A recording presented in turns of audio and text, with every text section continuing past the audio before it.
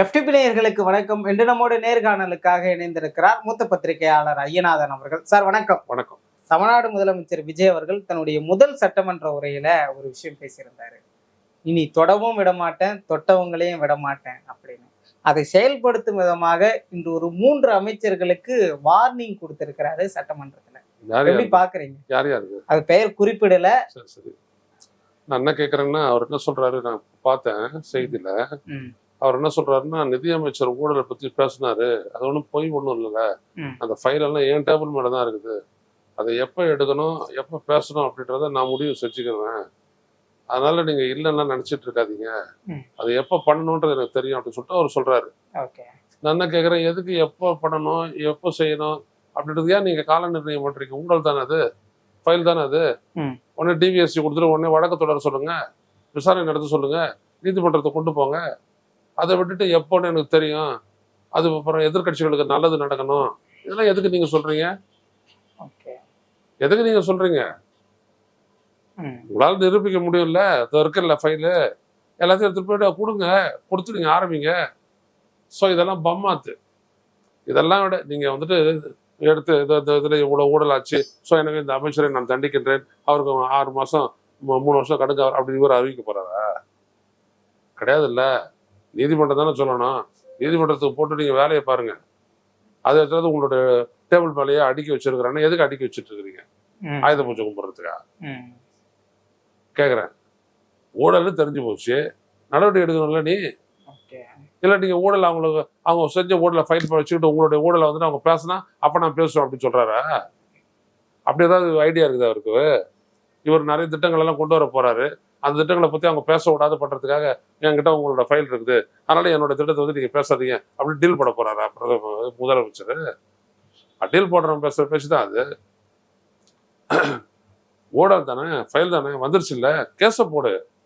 அதை விட்டு இப்படி பேசுறீங்கன்னா என்ன அர்த்தம்? நீங்க அப்ப எதிர்கட்சிகளோட ஒரு டீல், ஒரு சைட் டீல், அப்படி அதான் நீங்க பண்ண போறீங்க. எப்ப பண்ணணுமோ அப்ப பண்ணுவேன்னு சொல்லி இருக்கிறாரு, பண்ண மாட்டேன்னு சொல்லல. இல்ல, எப்ப பண்ணணும் பண்ணுவீங்க. என்ன பண்ணுவீங்க? கேஸ் போடுவீங்களா இல்ல டீல் போடுவீங்களா? நான் கேக்குறேன், சொல்லுங்க. கேஸ் போடுவீங்களா டீல் போடுவீங்களா?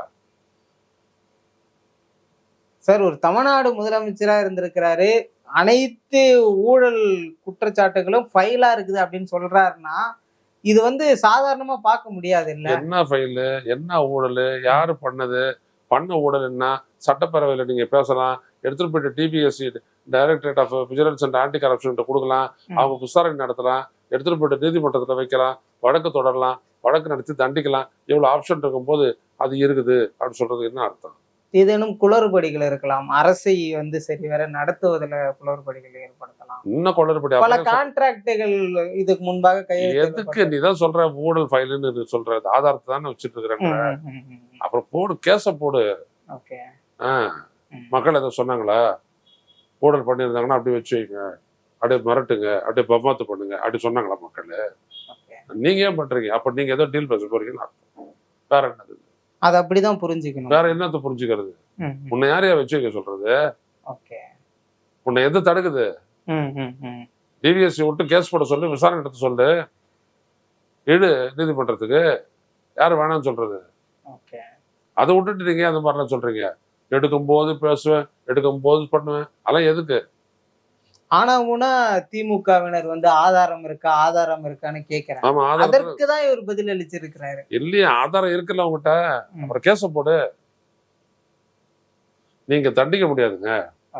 விஜய், மாண்புமிகு முதலமைச்சர் விஜய் இப்பொழுது தண்டனையை அறிவிப்பார் அப்படின்னு உடனே அவரு, இந்த ஃபைலில் இந்த துறையின் அமைச்சராக இருந்தவர் இவ்வளவு பெரிய ஊழல் செஞ்சிருக்கிறார், இது நன்றாக கண்டுபிடிக்கப்பட்டு விட்டது, அவருக்கு 6 ஆண்டு கால சிறை தண்டனை அப்படின்னு அறிவிக்க போறாரு அவரு. கிடையாது இல்ல. அப்ப அது எங்க செய்யணும்? நீதிமன்றத்தில் செய்யணும். வழக்கு கொண்டு போ. அதை விட்டு நான் வச்சிருக்கிறேன் ஃபைல் அங்கே வச்சிருக்கிறேன் அப்படின்னோம்னா அப்புறம் கொஞ்ச நாள் வச்சு ஃபைல் தொலைஞ்சு போச்சுன்னு சொல்லுவியா? எதுக்கு வச்சுட்டு இருக்கிறீங்க? இடைத்தேர்தலாவது யாருக்காவது நல்லது நடக்கணும் அப்படின்னு சொல்லி ஏன் நீங்க விரும்புறீங்க?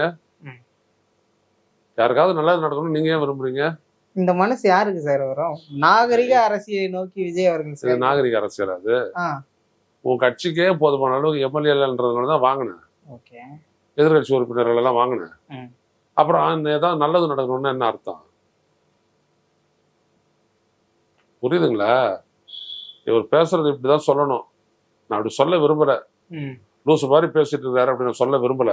ம். ம். அதான் உண்மை. ஆனா என்ன சார்? மத்தவங்களுக்கு நல்லது நல்லது நல்லது நடக்கணும்னு நீங்க யாருங்க சொல்றது? மக்கள்கிட்ட நீங்க கேண்டிடேட் போட போறீங்கல்ல, எதிர்கட்சிக்கு ஒரு கேண்டிடேட் போட போதில்ல, கண்டெஸ்ட் பண்ண போறீங்கல்ல, பரப்புரை பண்ண போறீங்கல்ல, அப்புறம் நல்லது நடக்கட்டும்னு எப்படி நல்லது நடக்கும்? நீங்க உங்களுடைய கேண்டிடேட் போட போறீங்க இல்லையா? அவங்க ஜெயிக்கிறது நல்லதா? எதிர்கட்சிகள் ஜெயிக்கிறது நல்லதா? நீங்க சொல்லுங்க. இது நேரடியா ஸ்டாலின் அவர்களை தான் சொல்றாரு அப்படிதான் நம்மளால புரிஞ்சிக்க முடியுது. அதெல்லாம் உனக்கு எதுக்கு ஸ்டாலினை பத்தி? அதான் நீ அப்பான்னு தேடினிய, அப்புறம் நீ எதுக்கு அதை சொல்ற? உனக்கு எதுக்கு அந்த வேலை? ம். ம். ம். ம். ஒரு ஆக்கப்பூர்வமான அரசியலை நோக்கி செயல்பட அதெல்லாம் ஒரு அரசியலே தெரியலன்ற நான் உங்களுக்கு. பாத்தீங்கல்ல இந்த 100 நாள் என்ன நடந்துச்சு அப்படின்னு. ம். ம். ம். ம். 100 நாள்ல எவ்வளவு கொலை நடந்துருக்குது? 100 நாள்ல பெண்கள் எவ்வளவு பாதிக்கப்பட்டிருக்காங்க? முன்னால எவ்வளவு வந்துட்டு இந்த விசாரணை கைதிகள் மரணம் நடந்திருக்குது? போதைப் பொருளை வந்துட்டு பயன்படுத்துறது சொன்னவனை வந்துட்டு கொண்டு இருக்கிறாங்க, கேங்க வந்துட்டு அடிச்சு கொள்றாங்க. அது என்னன்னு சொல்றதுக்கு உங்களுக்கு இது இல்ல, அருகதை இல்ல, தைரியமா பேசுறது அருகதை இல்ல. நீங்க என்ன சொல்றீங்க? அதனால இவங்களுக்கு எந்த விதமான திறன் அதெல்லாம் எதுவுமே இல்லை. இருக்குதுன்னு நினைச்சுக்கிட்டீங்க அப்படின்னா உங்களே நீங்க ஏமாத்திக்கிறீங்கன்னு அர்த்தம். ஓகே. இது ஸ்டாலின் அவர்களை குறிப்பிட்டு பேசியிருந்தா இது வந்து திமுகவுக்கு ஒரு பிளஸ்ஸா தானே நம்மளால பார்க்க முடியுது. எது இவங்க விஜய் அவர்களே விரும்புறாரு, எதை விரும்புறாரு? சட்டமன்றத்துக்கு ஸ்டாலின் அவர்கள் வரணும் அப்படின்னு. அதெல்லாம் நீங்க ஏங்க விரும்புறீங்க? ம். நீங்க ஏற்கனவே உதயநிதி சமாளிச்சு கிழிச்சிட்டீங்களா நீங்க? ம். ம். ம். ம். ஒரு இடமும் திருப்பி படிக்கிறாரு, டெய்லி பேப்பர் படிக்கணும்னாரு. அவர் உடனே எடுத்து எல்லாம் படிச்சுட்டு இதெல்லாம் எனக்கு தெரியும், நீங்க செஞ்சது இது, விவசாயிகள் கேட்பது வேற, அவங்க கேட்கறது வேற, இதெல்லாம் வந்துட்டு புரிஞ்சுக்கணும் அப்படின்னா பேப்பர் எல்லாம் படிச்சா மட்டும் போறாது, எதிர்கட்சிகளோட பேசணும் அப்படின்னு சொன்னார்ல. உங்களுக்கு பதில் இருக்கா? இல்ல. உங்களுடைய அமைச்சர் ஒருத்தர் ஆதவர்ஜுன ரெட்டி என்ன சொல்றாரு, இந்த மாதிரி எங்க பார்த்தாலும் போதைப் பொருள் புழக்கம்லாம் வந்திருக்குது, ஆய்ப்பு அப்படி இப்படிலாம் சொன்ன உடனே போதைப் பொருள் புழக்கம்லாம் வந்து திமுக ஆட்சியில் தான் வந்துடுற உடனே திமுக ஆட்சியில் அதுக்கு பொறுப்பா இருந்தவரை ஏன் தூக்கி கமிஷனரா போட்டீங்கன்னு ஒரு கேள்வி கேட்டார. பதில் சொல்ல முடியுது அவங்களால? அப்ப இருந்த காவலர்கள், இன்ஸ்பெக்டர்கள் இவங்களுக்கெல்லாம் வந்துட்டு நீங்க சீஃப் மினிஸ்டர் விருது கொடுத்தாரு. எது கொடுத்தாரு? அப்படின்னா எஃபிஷியன்ஸா நடந்திருக்குன்றதுக்கு நீங்க அத்தாட்சி, நீங்களே அத்தாட்சியா இருக்கிறீங்கல்ல, அப்படி சொன்னாரா இல்லையா? ம். ம். ம். நீங்க இவரே தாண்ட முடியல. நீங்க எங்க அவர் அப்பாவுக்கு போயிட்டீங்க? ம். விஜய் அவர்களுடைய வெற்றி ஸ்டாலின் அவர்களை எதிர்த்த ஒரே ஒரு காரணம் தான். ஸ்டாலின் அங்கிள் அப்படின்லாம் சொல்லி கடந்த கால பேச்சுக்களை விஜயோட வெற்றி வந்துட்டு இவிஎம்னால. நீங்க எதை வேணாலும் சொல்றீங்க. ம். ம். ம். ம். நாங்க தான் எடுக்கிறோம், முன்னெடுக்கிறோம். மக்கள் இயக்கம் வேற யாரையாவது ஏமாத்தலாம். ஐயனால ஏமாத்துறதுல இவங்களோட தாத்தா வரணுங்க. அதான் முடியாது. ஓகே. இந்த நாடே பேசிட்டு இருக்குது, ம். இவங்கெல்லாம் யாரு? இவங்களாம் ஜெயிச்சுட்டாங்க. ஓகே. ஸ்வீப்பு விஜய் யாரே அப்படிலாம் இருந்ததுன்னா 150 160 சீட் இவர் ஜெயிச்சிருக்கணும்ல அவரு. ம். அப்புறம் இந்த சட்டமன்ற கூட்டத்தொடரை எப்படி தாவேக கையாளுவதா பாக்குறீங்க? விவரம் இல்லாதவனுங்க அவனுக்கு வந்துட்டு சும்மா என்ன பண்றானுங்க, ஒரு குற்றச்சாட்டை சொன்னாங்க, ஒரு கோரிக்கையை சொன்னாங்கன்னா உடனே எதிர்கருத்து சொல்றது. அதை நாங்க செய்வோம், செய்யல, செய்யறதுக்கு இந்த மாதிரி தடைகள்லாம் இருக்கு, இப்படி வசதி இருக்கு, நாங்க இதை செய்வோம் அப்படிலாம் எதுவுமே சொல்லலையே அவங்க. எதுவாக இருந்தாலும் நீங்க ஆட்சியில் என்ன இருந்துச்சு தெரியுமா? ம். உங்களை தானே கண்டிக்கிறாரு சபாநாயகர். இவங்களை வந்துட்டு அமருங்கன்னு சொல்றதை விட உங்க ஆட்களை தானே கண்டிக்கிறாரு. சபாநாயகர் நடுநிலையோட இருக்கிறாருன்னு தானே? அதெல்லாம் கிடையாது. ம். நடுநிலையில் அவர் எங்க இருக்கிறாரு? ம். 3 வாக்குமூலத்தை அவர் 3 ஸ்டேட்மெண்ட் கொடுத்துருக்காருல அவர் நீதிமன்றத்துக்கு. ஆனால் சும்மா பேச்சு அவருக்கே தாங்க முடியல. அந்த மாதிரி அவர் நிலைமையில் இருக்கு. அவ்வளவுதான். ஓகே. அனைத்து எம்எல்ஏக்களுக்கும் கார் கொடுக்க போவதாக முதலமைச்சர் அவர்கள் அறிவிச்சிருக்காரு. எப்படி பாக்குறீங்க? முன்னாடி எல்லாம் எம்எல்ஏவா ஜெயிச்சுட்டு வருவாங்க. எல்லாரும் சட்டமன்ற உறுப்பினர்கள் விடுதலை தங்குவாங்க. அங்க ஸ்பெஷல் பஸ் இதுக்குன்னே விடுவாங்க. அந்த பஸ் வந்து எடுத்தாந்து இவங்களை வந்துட்டு ஏற்றி கொண்டாந்துட்டு சட்டப்பேரவையில் விடும். சட்டப்பேரவை முடிஞ்ச உடனே அது ரெடியா இருக்கும், அதில் ஏறி உட்காருவாங்க, போவாங்க. இதுதான் நடந்துட்டு இருந்தது. எதுக்கு காரு? அவங்க தொகுதிக்கு போக போறாங்க. தொகுதியில் போயிட்டு அவங்க என்ன செய்ய போறாங்கன்னு செய்யட்டும். தொகுதியில் அப்படியே ஒரு வீடா கார்ல இருந்து அப்படி பேசிட்டு உங்களுக்கு எல்லாம் நடந்துச்சா அப்படி சொல்ல போறாங்களா? எதுக்கு கார் கொடுங்க? எம்எல்ஏக்களுடைய அந்த வேலை வந்து கொஞ்சம் சீக்கிரமா துரிதப்படுத்தலாம். ஏற்கனவே இருக்கிறவங்க எல்லாம் எம்எல்ஏக்கள்லாம் அந்த மாதிரிலாம் வேலை செய்யுது கார் இல்லாத. இதையும் விமர்சனமா தான் பார்க்கணுமா? எதுக்கு விமர்சனம்ன்றது அவசியம் இல்லைன்ற நான். இதுவரை எந்த முதலமைச்சரும் பண்ணல, இதை இவர் பண்ற. எதுக்கு பண்றீங்க? காரெல்லாம் கொடுக்குறீங்க. கட்சிக்காரனுக்கே நீங்க கார் கொடுத்துருக்கீங்க.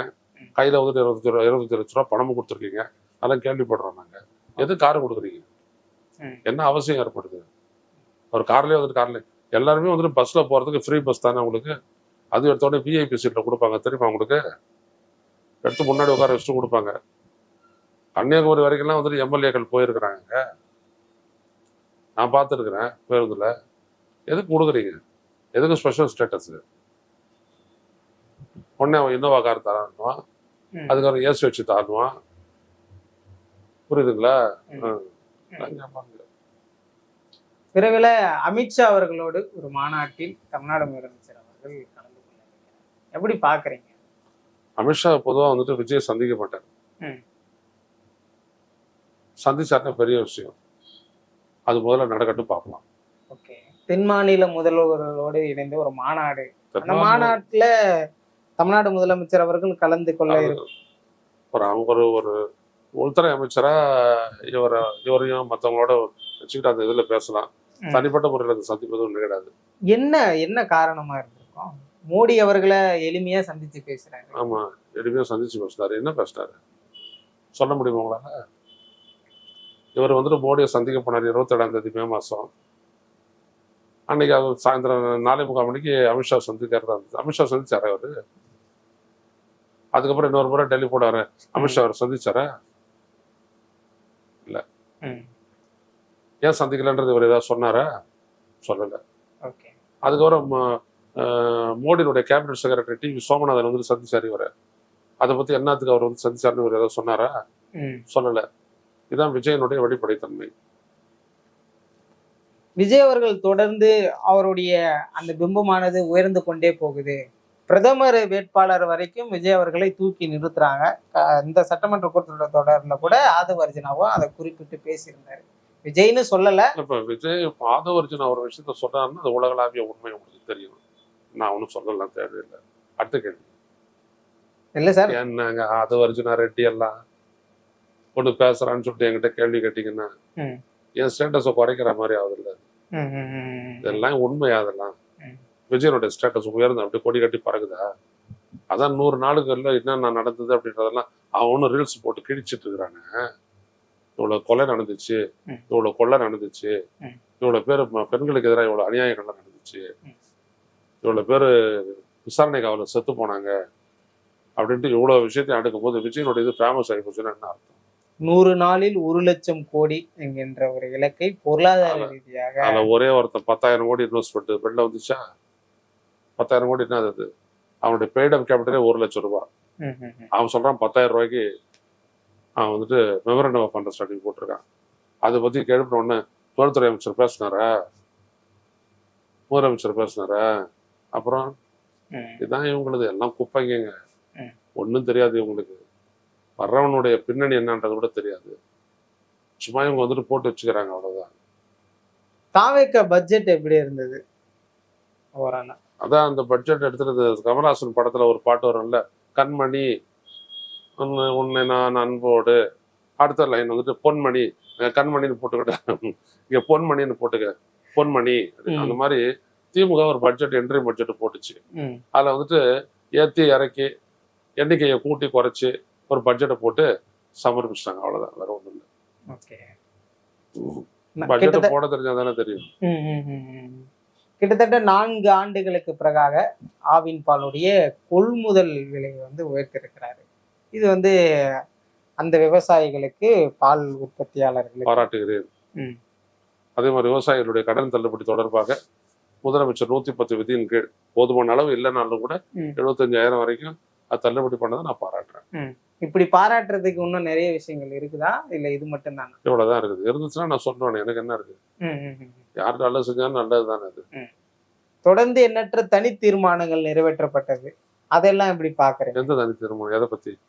FCRA, நீட், மேகதாது, அதெல்லாம் ஏமாற்ற வேலை.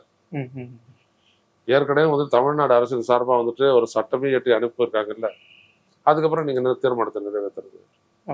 அந்த சட்டத்தின் மீது என்ன நடவடிக்கை எடுக்கணும்ன்றத மோடியை பார்த்து கேட்கணும் இல்லையா? மோடியை சந்திக்கணும் இல்லையா? அதை பத்தி பேசாம நீங்க மறுபடியும் ஒரு தீர்மானம் போட்டு தீர்மானம் போட்டு அவள் முடிஞ்சு போச்சு வேலை. ஏன்னா நினைத்துற தீர்மானம் தூக்கி போயிட போட்டு பிரசாத் இருக்க போறாரு இந்த ஆர்லேக்கர், அவ்வளவுதான். திமுகவில் இருக்கின்றவர்கள் தாவேகாவில் இருக்கக்கூடிய அந்த குறைகளை சுட்டி காட்டாமல் நாங்க இதெல்லாம் பண்ணோம் அப்படின்னு சுயத்தம்பட்டம் அடிப்பது போலதான் சட்டமன்றத்துல பேசுவதா ஓ, விமர்சனங்கள் எழுது. சாதனைகளை சொன்னா சுயத்தப்பட்டமா? சாதனைகளை சொல்றாங்க, நாங்க ம், இவ்வளவு சாதிச்சுட்டு வரோம் அப்படின்ட்டு. ம். அது சுயத்தப்பட்டம்னு அர்த்தமா? அது உங்களுக்கு தம்பட்டம் அடிக்க எதுவும் இல்லை, அதனால அவ்வளவு குறையா பாக்குறீங்க, அவ்வளவுதான். அண்மையில திருமாவளவன் அவர்கள் ஒரு எழுச்சி மிகு மாநாடு நடத்தியிருந்தார். கட்டுக்கடங்காத கூட்டம் இப்படிதான் இருக்குமா அப்படின்றத இப்பதான் முறையா தமிழ்நாடு பார்த்திருக்கும் போல. எப்படி பாக்குறீங்க நீங்க? நான் தொடர்ந்து சொல்லிக்கிட்டே வர தமிழ்நாட்டுல 3வது பெரிய கட்சி அதுதான் அப்படின்ட்டு. விஜய் கட்சி தொடங்கிட்டதுக்கு பிறகு நான் சொல்றேன் 3வது பெரிய கட்சி அதுதான். தொண்டர்கள், அமைப்பு எல்லாத்துலயுமே அது இப்பொழுது நிரூபணம் ஆயிருக்குது உளுந்தூர்பேட்டை மாநாட்டிலையும். ஆனா நான் கேட்கிறேன், எவ்வளவு பெரிய மாநாடு வந்து தமிழ் தேசிய எழுச்சி மாநாடுன்னு சொல்றீங்க, ம், கடைசியில் அங்க என்ன முடிவு எடுத்தீங்க? தமிழ் தேசிய தளத்தில் தாவேகாவுடன் இணைந்து பயணிப்போம்னு சொல்றீங்க. ம்.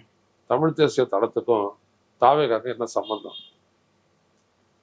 தமிழ்நாடு சந்தித்த எண்ணற்ற பிரச்சனைகள்ல வந்துட்டு தாவேகானுடைய நிலை என்ன, என்ன பேசியிருக்கிறாங்க, என்ன செஞ்சிருக்காங்க, சொல்லுங்க பார்ப்போம். எதுவுமே கிடையாது. ம். விஜய்க்கு அதெல்லாம் அக்கறை. விஜய்க்கு தேவை பதவியை காப்பாற்றிக்கிறோம், இவ்வளவுதான். ஏதோ வேற எதுவுமே இல்லை. ஆனா அவங்களோட பயணிப்போன்னு நீங்க போயிட்டீங்க. இதுக்கு மேல உங்களை காப்பாத்துறதுக்கு ஒன்றும் முடியாது, அவ்வளவுதான். ஒரு தனித்தன்மையோடு இயங்கி வந்த விடுதலை சிறுத்தைகள் கட்சி இதற்கு மேல அவங்களோட சேர்ந்து இசைந்து இசைவா போறது அப்படின்னு முடிவெடுத்துட்டாங்க, அவ்வளவுதான். இதுக்கு மேல அவங்களால தனித்தன்மையை வந்துட்டு நிரூபிக்க முடியாது, ஒன்றும் பண்ண முடியாது. அந்த அந்த அவருடைய தொண்டர்களை வந்துட்டு விஜய்க்கு ஓட்டு போடுறது தான் வந்துட்டு நல்லதுன்னு நினைக்கிறாங்க போல. அதனால இவர் இந்த முடிவு எடுத்திருக்கிறாரு, அவ்வளவுதான், வேற ஒன்றும் இல்லை. இதற்கு முன்பாக ஆளுகின்ற கட்சியோடு பயணித்தோம், இனி ஆளும் கட்சியாக நாம் மாறிவிடுவோம் அப்படின்னு அதை பத்தி ஒன்றும் இல்லை. அவர் மாற முடிச்சா மாறட்டும். எப்படி மாறுவார் அவர்? ம், ம், எப்படி மாற முடியும்? இவங்களோட பயணிக்கும் போது எப்படி மாற முடியும்? ம். நீங்க தான் விஜயை தூக்கி பிடிச்சிட்டீங்களா மேல, அப்புறம் உங்களை எப்படி மக்கள் கன்சிடர் பண்ண போறாங்க? ஓகே. ஆ. முன்னுக்கு பின் முரணாதான் இப்ப அதை இல்ல, புரிஞ்சுக்கணும். முன்னுக்கு பின் முரண் அது, அவ்வளவுதான், முடிஞ்சு போச்சு சதீஷ். அது ம். விஜயோட பயணிக்கிறேன் அப்படின்னா விஜய் தூக்கி பிடிக்கிறீங்க, அவ்வளவுதான். ஓகே. அப்புறம் உங்களை எப்படி ஜனங்க நினைச்சுக்கிட்டு இருக்க போறாங்க? உங்க கட்சி தடுத்து போட்டிடணும்னு சொல்லிட்டு தீர்மானம் நிறைவேற்றிருக்கிறீங்க இல்லையே, ம், ம், ம். அப்புறம் எங்க நீங்க ஆட்சியை பிடிக்கிறது? திரும்ப ஏதோ சொல்றாரு, அவ்வளவுதான். அந்த கூட்டம் வந்து ரொம்ப ஒரு மாதிரி கட்டு கொள்ள முடியாத ஒரு கூட்டம். அதை வந்து கட்டுப்படுத்தவும் அவர் முடியல. பயந்துட்டாரு ஆ. திரும்ப. ஏன்னா அவ்வளவு தூரம் அவ்வளவு பெரிய கூட்டத்தை எதிர்பார்க்கல, ரொம்ப ஆர்வத்தோட வந்திருக்கிறாங்க, அதனால எதிர்பார்க்கல, அதனால அப்படி சொல்றாரு. அந்த கூட்டம் ஒன்றும் முறை தவறி இந்த மாதிரி விக்ரவாண்டியில கொண்டு கூட்டம் மாதிரிலாம் கிடையாது. ம், ம், ம். அவ்வளவு எதுவுமே நடக்கலையே அந்த மாதிரிலாம். ம். அவர் பயந்துருக்காரு, எதுவும் நடக்கலையே. இப்போ பல கட்சியினரே விமர்சிக்க ஆரம்பிச்சுட்டாங்க. விக்கிரவாண்டியில் நடந்த கூட்டம் கூட பரவாயில்லன்னு நாங்க யோசிக்கிறோம். இது வந்து ஒரு முறைப்படுத்தப்படாத ஒரு மக்கள் சக்தியா இருக்கு அப்படின்னு சொல்றாங்க. யாராவது செத்தாங்களா? நெரிசல் எதுவும் ஏற்பட்டுச்சா? அந்த தலைவர் அதை கட்டுப்படுத்தினாரா இல்லையா? ம், ம், அப்புறம் எப்படி அதோட இது கம்பேர் பண்றீங்க? ம், ம், ம், ம். சார், திருமாவளவன் ஒரு பெரிய தலைவர் சார். ஓகே. அவர் நில்லுன்னா நிற்பான், ம். பெசாத இருக்குன்னா பெசாத இருப்பான் மைக் எடுத்து. அவர் கட்டுப்படுத்தி வைக்கிறவர். விஜய் அப்படியேப்பட்ட ஆளா? அவன் பக்கத்துல வந்து பஸ்ல அடிபட்டு செத்தாலே ஒரு பெசாத போயிட்டே இருப்பாரு அவரு. அப்படியேப்பட்ட ஆளு. எப்படி ரெண்டுத்தையும் ஒப்பிடுறது தப்பு. திருமாவர்கள் வந்து தாவேக்காவோடு கூட்டணியில இருந்தாலும் அந்த திமுக மீதான அந்த உறவை வந்து ரொம்ப வெளிப்படையா அதுக்கெல்லாம் சொல்லியிருக்காரு. வாய்ப்பே இல்லை. இதுக்கு மேல இல்லை அந்த வாய்ப்பெல்லாம். ம், ம், ம். ஏன் இவ்வளவு சீக்கிரமா அறிவிக்க வேண்டிய கட்டாயம்? தெரியல, அது அவருடைய கட்சியினர் வந்துட்டு போயிடுறாங்க. அவங்க எல்லாம் விஜயோட போகணும்னு நினைக்கிறாங்க, இவரை விஜயோட போயிட்டாரு, அவ்வளவுதான். ஓகே. இதுக்கு பின்னணியில என்ன நடந்துச்சு அப்படின்றதெல்லாம் நமக்கு தெரியல. ம், ம், ம், ம். திருமாவளவன் ஒரு தனித்தன்மையோட செயல்படுவார் எப்பொழுதுமே. இப்ப பாத்தீங்கன்னா விடுதலை சிறுத்தைகள் இப்படி ஒரு முடிவு எடுத்தது வந்துட்டு ரொம்ப ஆச்சரியப்படத்தக்க அதிர்ச்சிகரமான ஒரு முடிவு தான் அது. ம், ம். விஜய் அவர்கள் வந்து அனைத்து எம்எல்ஏக்களுக்கும் கார் கொடுக்கிறாரு, அது நம்ம பேசியிருக்கோம். ஆனா அதை வலியுறுத்தியவர் வந்து ஒரு விசிகாவின் சட்டமன்ற உறுப்பினர். அவருடைய கேள்விக்கு உடனே செவி சாய்க்கிறார் பாருங்க அப்படின்னு சொல்ல ஆரம்பிச்சுட்டாங்க. அப்போ விசிகா எது சொன்னாலும் செயல்படுத்தக்கூடிய இடத்துல தாவேக்கா வந்துருச்சு. அதான் விஜயனுடைய குறி. ம். தலித் ஓட்டை வந்துட்டு கம்ப்ளீட்டா கபலீகரம் பண்ணணும்ட்டு. உதாரணத்துக்கு ஒரு 2-3 வாரத்துக்கு முன்னாடி பாத்தீங்கன்னா விக்டோரியா ஹாஸ்டல், அங்க பிரசிடென்சி காலேஜினுடைய ஹாஸ்டல்ல வந்துட்டு சாப்பாட்டு பிரச்சனை வந்துச்சு. ம். அவங்க எல்லாம் போராடினாங்க, அந்த மாணவர்கள்லாம் வெளில வந்து. அதை கண்டுக்கவே இல்லை விஜய். ஆனா இங்க சைதாப்பேட்டையினுடைய சமூக நீதி இங்க வந்து மாணவர்கள் விடுதி இதுக்கு வந்தாரு. வந்து சாப்பாடுலாம் சரியா இருக்குன்னு பண்ணாரு. ஏன்னா அவருக்கு இவங்க தான் புரியும். இவர் நினைக்கிறாரு அவங்களோட இருந்தானா வளர முடியும்னு நினைக்கிறாரு. விஜய் அப்படியே முழுக்கிடுவாரு. இதை அது வருச்சுன்னா இவங்களுக்கு நோக்கம் என்னன்னா அந்த தலித் ஓட் பேங்கை அப்படியே முடிக்கணும், தங்களுடைய ஆக்கணும். ஸோ தலித் கிறிஸ்டின் முஸ்லீம் அது முதல்ல கபடிக்காரம் பண்ணு, அப்புறம் பெண்கள், இதை வச்சுக்கிட்டு ஆட்சியை நடத்தலாம். அதுக்கப்புறம் நம்மளுடைய ரசிகர் கூட்டம் இருக்கவே இருக்குது, அதை வச்சுட்டு பண்ணிக்கலாம் அப்படின்னு அவர் நினைக்கிறார். ஸோ அவர் குறி வைக்கிறது இவங்களை தான். அதனால தான் இவங்க சொன்னதெல்லாம் செய்வாங்க. தலித்துகளெல்லாம் கொடுத்துட்டோம் அப்படின்னாரு. உள்ளபடியே பார்த்தா தலித் 8 பேர் இருக்கிறான், கிறிஸ்டியன் 8 பேர் இருக்கிறான். ஆனால் விஜய் சுற்றி இருக்கிறவங்கலாம் தெலுங்குக்காரங்க. தமிழ்நாட்டில் ஆட்சி, ஆனால் சுற்றில இருக்கிறவங்கலாம் தெலுங்குக்காரன். புரியுதுங்களா? இதுக்கெல்லாம் என்ன விஜய் பதில் சொல்றாரா? யார் அவங்கெல்லாம்? ஜான ஆரோக்கியசாமி யாரு? விஷ்ணு ரெட்டி யாரு? ஜெகதீஷ் பழனிசாமிலாம் யாரு? இவங்களுக்கெல்லாம் வந்துட்டு ஆட்சி அதிகாரத்துல பங்கேற்பதற்கான அருகதை என்ன இருக்குது சொல்லுங்க. நீங்க தேர்ந்தெடுக்கப்பட்டவர், நடிகர், டான்ஸ் ஆடுவீங்க, அது வேற கதை. இவங்கெல்லாம் எப்படி வந்தாங்க? திருமாவளவன் இல்லாமலேயே தன்னுடைய வெற்றியை வந்து தமிழ்நாட்டுக்கு வந்து இது பண்ணிட்டாரு விஜய் அவர்கள். அப்படி இருக்கும்போது திருமாவின் தேவை எங்க வந்துருது விஜய்க்கு? அப்படித்தானே பார்க்கணும். இல்ல, பெரும்பான்மை கிடைக்கல விஜய். என்னதான் பிபிஎம்ல இருந்தாலும் பெரும்பான்மை கிடைக்கல அவருக்கு. ஓகே. ஸோ தலித் ஓட்டு பேங்க் ஃபுல்லா இவருக்கு பக்கம் வந்துருச்சு அப்படின்னா அது வந்துடும் இல்லையா? அதனால தான் அவங்க பண்றாங்க. இது முன்னாடியே அவங்க கிட்ட சொன்னதுதான். அவங்களோட ஸ்ட்ராட்டஜி இதுதான். தலித் கிறிஸ்டியன் முஸ்லீம் டிசிஎம் இவங்களை வந்துட்டு நம்ம கவர் பண்ணி திமுக கிட்ட இருந்து பிரிச்சிடணும் அப்படின்ட்டு. அதில் அவங்க வெற்றி பெற்றதான் நினைக்கிறாங்க. தேர்தல் வரட்டும் பார்க்கலாம். திருமாவளவன் அவர்களுடைய பிறந்த நாளுக்கு முன்னாள் முதலமைச்சர் ஸ்டாலின் அவர்கள் வாழ்த்து தெரிவிச்சிருந்தார். அதே அன்பு, அதே பாசம் குறையாமல் இருந்தது. இது மீண்டும் கூட்டணிக்கு வலுப்பெற போகிறது அப்படின்னு பலரும் எதிர்பார்த்தாங்க. விடுதலை சிறுத்தைகள் வெண்ட போனது திமுகவுக்கு ஒரு பெரிய இழப்புங்க. மற்ற கட்சிகள்லாம் விடுங்க, திமுக பெரிய இழப்பு. ஆனா இப்போ இருக்கக்கூடிய அரசியல் போக்கு ட்ரெண்ட், இப்போ இருக்கிற ட்ரெண்ட் படி விடுதலை சிறுத்தைகள் வந்துட்டு தாவேக்காரர் வந்துட்டு வரவே வர மாட்டாங்க. ஒருவேளை விடுதலை சிறுத்தைகள் கூட உடையலாம், அது வேற விஷயம். கொள்கை முரணால உடையலாம், அது வேற விஷயம். ஆனா திருமாவளவனுடைய தலைமையிலான விடுதலை சிறுத்தைகள் மறுபடியும் திமுகவோட சேர்றது இப்போ ஒரு குறுகிய எதிர்காலத்தில் நடக்காது. உதாரணத்துக்கு 29வது ஆண்டு தேர்தல் வரைக்கும் நடக்காது. திருமாவளவன் அவர்களுக்கு வேற ஆப்ஷன் இல்ல, அதனாலதான் அப்படின்னு புரிஞ்சுக்கணுமா? இதை அப்படி சொல்லலாம். ஆப்ஷன் இல்லை தானே. திமுக விட்டு அவர் அண்ணா திமுக போக முடியாது, பலவீனமா இருக்குது. அவர் இதை சூஸ் பண்றாரு அப்படின்னு வச்சுக்கலாம். தொடர்ந்து திருமாவுடைய செயல்பாடை பாராட்டக்கூடிய ஆளுங்க. திருமாவின் இந்த செயல்பாடுகள் உங்களுக்கு திருப்தி அளிச்சிருக்கா? இல்ல, இந்த ஒரு மூவ் வந்துட்டு எனக்கு பிடிக்கல. இது தப்பு. இது கட்சியினுடைய தனித்தன்மையை கெடுத்துரும். திரும்ப வந்துட்டு ஒரு தனித்தன்மையோட ஒரு கட்சியினுடைய தலைவரா அவர் பல விடயங்களை சாதிக்கலாம், அதெல்லாம் முடியும். அரசியல் இருந்தும் சாதிக்கணும்ன்றது மக்கள் இயக்கத்தை நடத்தி நிறைய பண்ணலாம். அப்படியேப்பட்டவர் ஏன் இப்படி போறாரு, விஜய் போயிட்டு தூக்கி பிடிக்கிறாரு அப்படின்றதுல வந்துட்டு எனக்கு ஒரு குறை இருக்கு, அவ்வளவுதான். ஆனா இன்னைக்கு நான் திரும்ப நேசிக்கிறேன். மிகப்பெரிய தலைவரை நான் அவரை பாக்குறேன். அதுல ஒண்ணு என்னோட மனசுல எதுவும் மாற்றம் உண்டு. விசிகாவினர் இனி திமுகவை விமர்சிக்க வேண்டிய கட்டாயத்துக்கு தள்ளப்படுகிறார்கள். ஆமா, அப்படிதான் வரும். அவங்க இவங்களை விமர்சிப்பாங்க, இவங்க அவங்கள விமர்சிப்பாங்க. அவர் விஜயோட போயிட்டார்ல, அப்புறம் விஜய் அவருடைய அமைச்சரவை அரசு அதெல்லாம் பாராட்டி அவர் பேசுவாரு, அவங்க விமர்சிப்பாங்க. ஸோ இவங்களுக்குள்ள அது வந்துட்டு ஒரு கருத்து போல வரும், பெருசாகும். அதை பத்தி ஒண்ணு தவிர்க்க முடியாது. திமுக குறிப்பா தாவேகாவில் இருக்கின்ற கூட்டணிகளை எப்படி கையாள போகுதுன்ற ஒரு கேள்வி இருக்கு. இல்ல, அதெல்லாம் முடிஞ்சு போயிடும் கிடையாது. திமுகவுக்கு மக்கள் தான் குறி. மக்கள் கிட்ட தான் போயிட்டு அவங்க செயல்பட போறாங்க. இவங்களெல்லாம் அந்த கூட்டணி கட்சிகளெல்லாம் இது மாதிரி நம்பியெல்லாம் பிரயோஜனம் கிடையாது. அதெல்லாம் தேவையற்றது. திமுக அடுத்தபடி அகில இந்திய அளவில் என்ன செய்ய போகுது அப்படின்றதான் ரொம்ப முக்கியம். பார்ப்போம். சார், இந்த இவிஎம் குளறுபடிகள் பற்றி நீங்க தொடர்ந்து பேசிட்டு இருக்கீங்க. அதற்காக ஒரு கூட்டமைப்பை கூட நீங்க உருவாக்கி இருக்கீங்க. அண்மையில கூட இந்த கொளத்தூர்ல பல இவிஎம் மிஷின்கள்ல குளறுபடி நடந்த பற்றிய செய்திகள் வந்தது. இதை எதன் அடிப்படையில இந்த கூட்டமைப்பு, இதை பத்தி கொஞ்சம் தெளிவா சொல்லுங்க. முழுக்கங்க இந்த வாக்குறுதி, இந்த நம்முடைய வாக்கை பதிவு செய்யக்கூடிய இந்திய தேர்தல் ஆணையம் இவிஎம் மூலம் மிகப்பெரிய மோசடியை செய்து கொண்டு வருவதை நாங்கள் தொடர்ந்து சுட்டிக்காட்டி வந்திருக்கிறோம். நாம பதிவு செய்யற வாக்கு எந்த வேட்பாளரை வந்துட்டு நீங்க தேர்ந்தெடுத்து பதிவு செய்யறீங்களோ அந்த வேட்பாளர் கணக்குக்கு தான் போச்சு அப்படின்றதுக்கு எந்த ஆதாரமும் இல்லை. சரி, அதுக்கு ஆதாரம் கொடுக்குறேன் அப்படின்றதுக்காக தான் விவிபேட் தந்து வச்சாங்க, ஒப்புகை சீட்டு. அது கண்ணாடி வழியாக பார்க்குறீங்களா? அந்த சீட்டு கட்டாயம் விழுது. அந்த சீட்டை எண்ணி இதோட ஒப்பிட்டு முடிவுகளை அறிவிக்கிறேன்னு தேர்தல் ஆணையம் சொல்லிச்சு உச்சநீதிமன்றத்துக்கு. ஆனால் அதை இப்போ கைவிட்டாங்க. இப்போ அதெல்லாம் என்றதே இல்லை. அப்போது இது ஒரு மோசடி தானே அது. அதில் பதிவாக இருக்கிற வாக்கு யாருக்கு பதிவாச்சுன்றது எனக்கு தெரியாது. இது காட்டுது, ஆனால் இதை எண்ண மாட்டாங்க. அப்போ இது மோசடி தானே அது. அப்போ இந்த மோசடி தொடர்றதை எப்படி நீங்கள் அனுமதிப்பீங்க? அதனால தான் இந்திய மக்கள் வாக்குரிமை மீட்பு இயக்கம் அப்படின்னு சொல்லிட்டு நாங்கள் கொண்டாந்துருக்குறோம். Mass movement for retrieving voters rights அப்படின்னு சொல்லிட்டு இதை கொண்டு வந்துருக்குறோம். பெரிய மூவ்மெண்ட்டு. ஐயா பொன்ராஜ் இருக்கிறாரு, டாக்டர் பொன்ராஜ் தெரியும் உங்களுக்கு. G level scientist. அவர் ரொம்ப உயர்ந்த இடத்துல இருந்து அவர் பணியாற்றிருக்காரு ஐயா அப்துல் கலாமோட இணைஞ்சு. அப்படியாப்பட்டவர் தான் அவர். நான் இன்னும் மற்றவர்கள்லாம் இணைஞ்சிருக்கிறோம். திரு எம்ஜி தேவசகாயம் எங்களுக்கெல்லாம் ஒரு வழிகாட்டியாக இருந்து அவர் செயல்படுறாரு.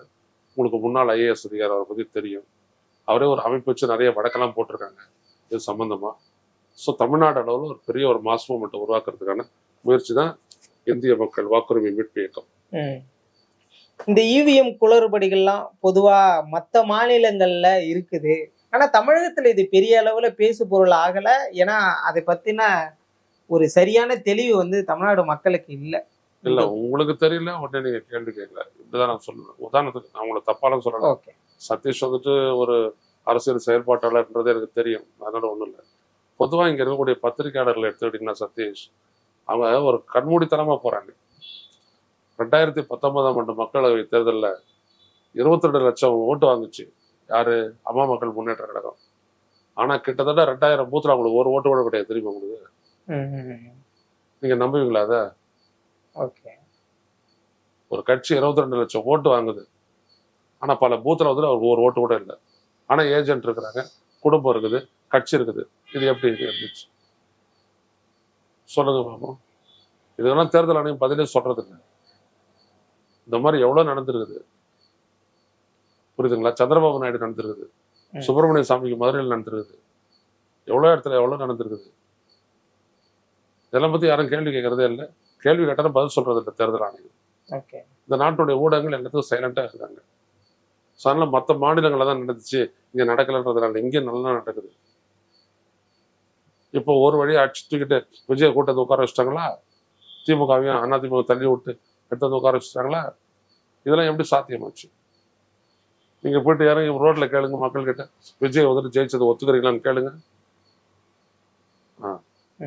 விஜய் ஜெயிச்சிட்டாரு, மயான அமைதி நிலவுச்சா இல்லையா தமிழ்நாட்டில்? நீங்க தானே பார்த்துக்கிறீங்க. ஏன் யாரும் கொண்டாடல? அதிர்ச்சி எப்படிடா நடந்துச்சு இது அப்படின்ட்டு. அவ்வளவுதான்.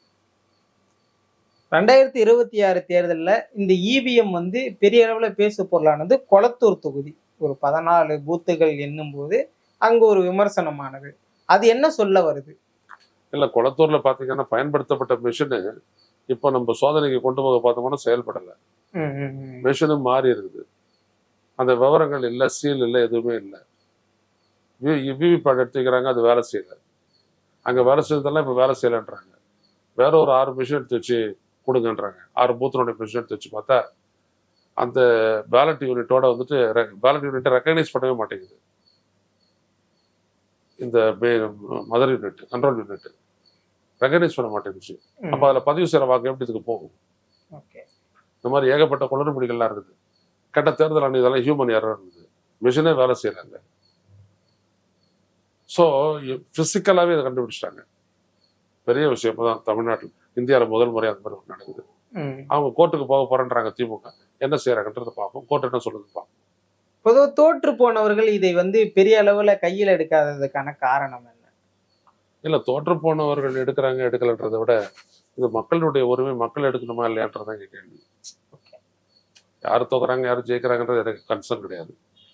நம்மளுடைய ஓட்டின்படி மக்களுடைய மேண்டேட் தானே அது, மக்கள் அளிச்ச தீர்ப்பு தானே இது அப்படின்றத வந்துட்டு நம்ம முடிவு செஞ்சுக்கணும். மக்களுடைய தீர்ப்பை மட்டும்தான் ஏற்க முடியும், மற்றபடி ஏற்க முடியாது. நிச்சயமா சார், பல்வேறு விஷயங்கள் பேசணும். தொடர்ந்து பேசணும்.